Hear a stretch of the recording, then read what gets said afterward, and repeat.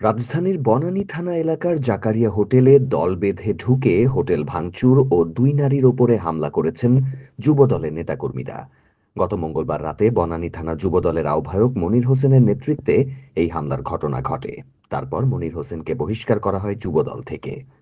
গত ৩০ জুন ২০২৫ রাত আনুমানিক ৮টা ৫ মিনিটে বনানী থানা যুবদলের আহ্বায়ক Monir Khan মহাখালীর Zakaria hotel restaurant and বারে এসে একটি ভিআইপি রুম ভাড়া নিতে চান। এ সময় সকল ভিআইপি কক্ষে অতিথি থাকায় মনির খানকে রুম দেওয়া সম্ভব হয়নি। পরবর্তীতে মনির জাকারিয়া হোটেলের বারে বসে খাবার ও মদ্যপান করেন এবং খাবার শেষে স্থানীয় নেতা পরিচয় দিয়ে বিলে ডিসকাউন্ট দাবি করেন।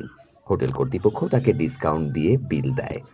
বিল পরিশোধের পর তাকে ভিআইপি রুম না দেয়ায় ক্ষুব্ধ হয়ে জাকারিয়া হোটেল এবং বারের স্টাফদের দেখে নেয়ার হুমকি ধামকি দিয়ে চলে যান।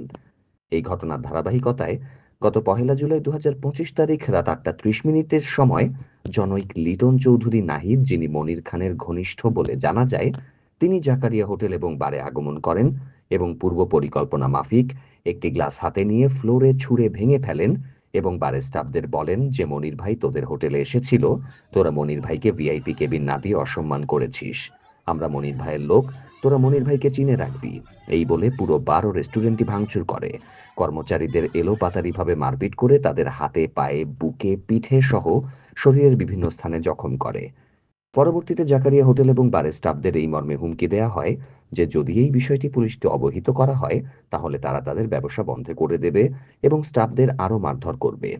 এ ঘটনায় অভিযুক্ত ব্যক্তিদের গ্রেপ্তারে কী পদক্ষেপ নেওয়া হয়েছে জানতে চাইলে ডিএমপির অতিরিক্ত কমিশনার জানান, এসএন মোহাম্মদ নজরুল ইসলাম গণমাধ্যমকে জানিয়েছেন, ঘটনার পরপরই অভিযুক্ত ব্যক্তিদের বিরুদ্ধে মামলা হয়েছে, তাদের ধরতে পুলিশের অভিযান চলমান রয়েছে।